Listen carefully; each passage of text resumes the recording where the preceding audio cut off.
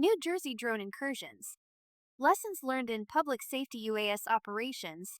The National Public Safety UAS Conference in Busch Gardens, VA, on March 11-12, sponsored by drone responders, featured a critical session on drone incursions in New Jersey. The discussion, led by experts from law enforcement and counter-UAS operations, shed light on the extensive efforts made by multiple agencies to determine what, if anything, had actually occurred.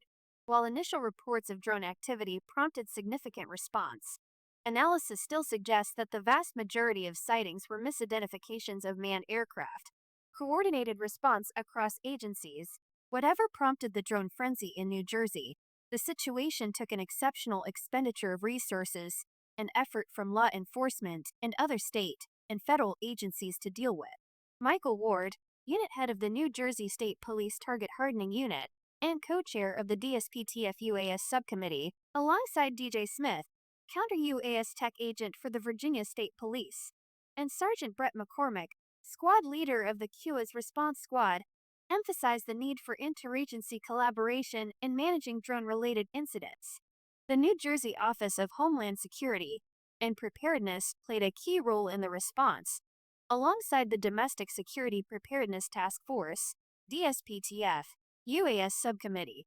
McCormick highlighted the necessity of partnerships, stating, "You need multiple players. You need partnerships because the airspace is too big for one agency to understand. You have to reach out to federal agencies and local agencies." Smith echoed this sentiment, advocating for an expanded common operating picture to detect potential threats earlier. The effectiveness, or not, of temporary flight restrictions, TFRs. One of the key discussions centered on the effectiveness of TFRs in controlling drone activity. Data from the Super Bowl parade in New Jersey illustrated their limitations, with over 120 drone incursions despite the restriction.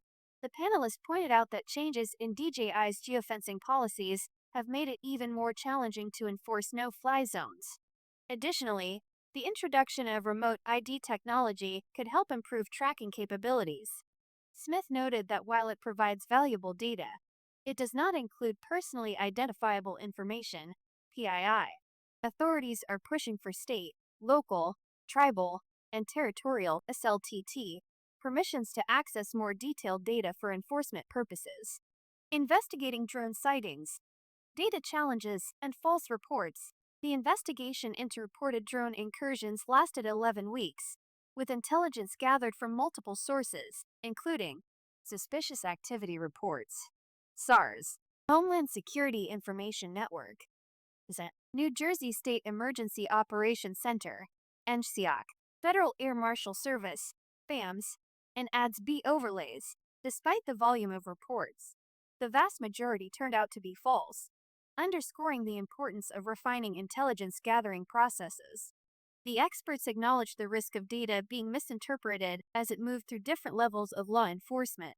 You can't have the data play telephone and change by the time it gets down to the PD level.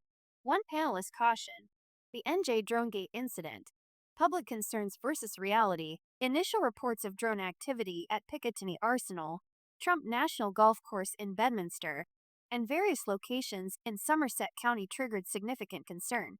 Authorities quickly mobilized, deploying intelligence teams and surveillance equipment. Periscope monitoring revealed that the activity did not match typical commercial drone flights. Further analysis suggested that suspected dark drones were not using standard RF communication and were observed in coordinated swarm formations of 4 to 5 drones. However, despite deploying counter-UAS assets, authorities were unable to confirm the presence of rogue drones.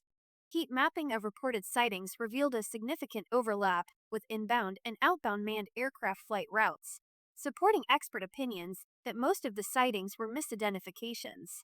Key takeaways: the importance of education and coordination. The investigation underscored several key lessons for public safety agencies. Interagency communication. The need for seamless information sharing between federal, state, and local agencies to prevent data silos. Public and law enforcement education. Training first responders in drone identification, deconfliction, and reporting procedures is essential. New Jersey has since launched statewide training for all 24 counties. Accurate threat assessment. Proper classification of intelligence is critical to avoiding unnecessary alarm and ensuring efficient resource allocation. Public outreach. Most drone-related incidents involve careless or uninformed operators. A QR code linking to FAA guidelines was suggested as a simple way to educate the public on drone regulations.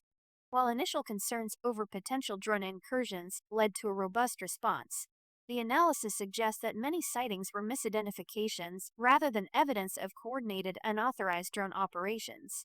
The session at the National Public Safety UAS Conference highlighted the ongoing challenges in distinguishing between real threats and public misperception, reinforcing the need for continued education, improved technology, and enhanced coordination among agencies.